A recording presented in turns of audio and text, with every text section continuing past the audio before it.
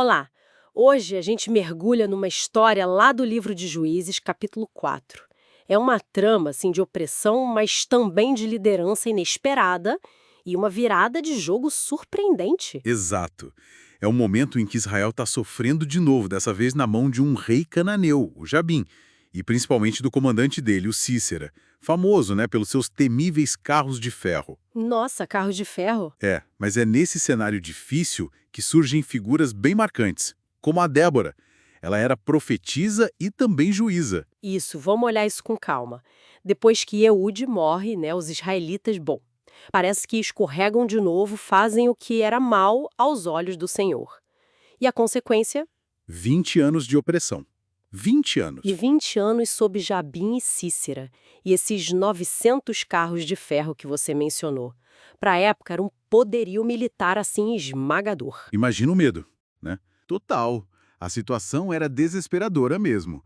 Tanto que o texto diz que os israelitas clamaram ao Senhor. E a resposta vem ah, através da Débora, esposa de Lapidote. Ela liderava Israel naquele tempo. E tem aquela imagem dela, julgando o povo debaixo de uma palmeira.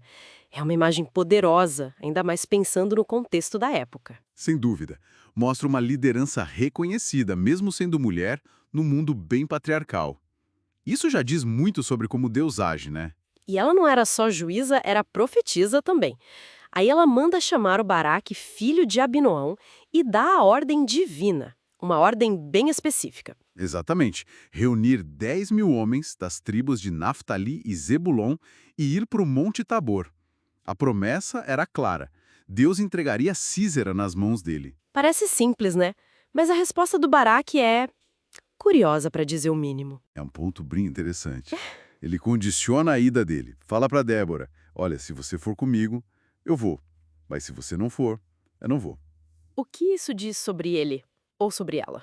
Olha, pode ser visto de várias formas, né? Talvez uma falta de fé na promessa pura e simples. Ou, quem sabe, um reconhecimento da importância da presença profética dela, da autoridade que ela tinha. Talvez ele sentisse que precisava da confirmação de Deus ali, ao lado dele, através dela. Faz sentido. E a Débora topa ir, mas avisa, né? Ela diz: tudo bem, eu vou. Mas por causa dessa sua atitude, a honra pela vitória sobre Císera não vai ser sua. Vai ser de uma mulher.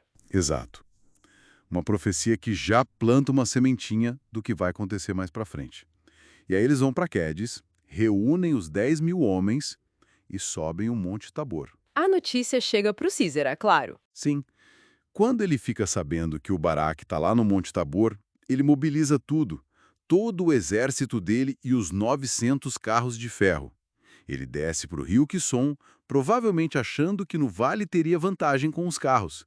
A tensão ali devia ser palpável. É um momento decisivo. E a Débora fala pro Baraque: vai, esse é o dia, o Senhor entregou Císera nas suas mãos. O Senhor tá indo na sua frente. Que incentivo, hein? E aí o Baraque desce o monte com os 10.000 homens. E como foi a batalha contra um exército tão equipado? O texto é direto.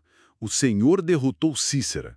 Pôs em confusão ele, os carros, o exército todo, diante do Baraque. Muitos estudiosos acreditam que pode ter havido uma intervenção da natureza, tipo uma chuva muito forte. Ah, que deixaria o terreno um lamaçal? Exatamente. E aí os carros de ferro, que eram a grande vantagem, viraram um problema. Atolados. Cícera vê que a batalha está perdida, abandona o carro e, bom, foge a pé. Que reviravolta. E a fuga dele leva a outro momento-chave da história. Ele vai parar na tenda de Jael. Isso. Jael, esposa de Éber, o queneu, é importante notar que existia um acordo de paz entre a família do Éber e o rei Jabim de Canaã. Então, para o Cícera, parecia um lugar seguro, um refúgio. E a Jael o recebe, né? Dá leite pra ele quando ele pede água, cobre ele. Parece hospitalidade. Parece. Ele pede para ela vigiar a entrada da tenda, caso alguém apareça perguntando por ele. Ele estava exausto, claro, e adormece profundamente. Mas aí vem a parte chocante da história. Pois é. Enquanto ele dorme, a Jael pega uma estaca da tenda, dessas de firmar a lona, e um martelo. Silenciosamente, ela se aproxima e crava a estaca na têmpora dele, atravessa até o chão. Nossa, que cena forte. E brutal, Brutal. decisiva e profética. Uau. Pouco depois, o Barak chega, ainda perseguindo Cícera. A Jael vai ao encontro dele e diz: "Vem e eu te mostrarei o homem que você procura", E lá estava ele, morto. morto, cumprindo exatamente a palavra de Débora. A honra não foi de Barak, mas de uma mulher. A vitória final não veio só da batalha no campo, mas desse ato inesperado dentro de uma tenda. E qual o resultado final de tudo isso? O texto conclui dizendo que naquele dia Deus subjugou Jabim, o rei cananeu, diante dos israelitas. E Israel foi se fortalecendo cada vez mais contra ele, até que o destruíram. A opressão de 20 anos chegou ao fim. É uma história incrível. O que a gente pode tirar disso tudo? Olha, é fascinante ver como a libertação veio de uma combinação de fatores, né?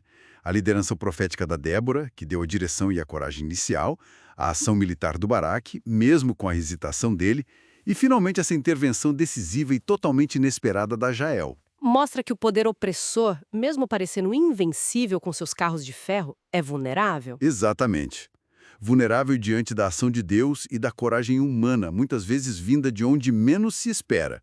Mostra a fragilidade desse poderio todo. Então, no fim das contas, a gente vê aquele ciclo, né? Desobediência, opressão, clamor, libertação. Mas também vemos a ascensão de líderes improváveis em momentos críticos.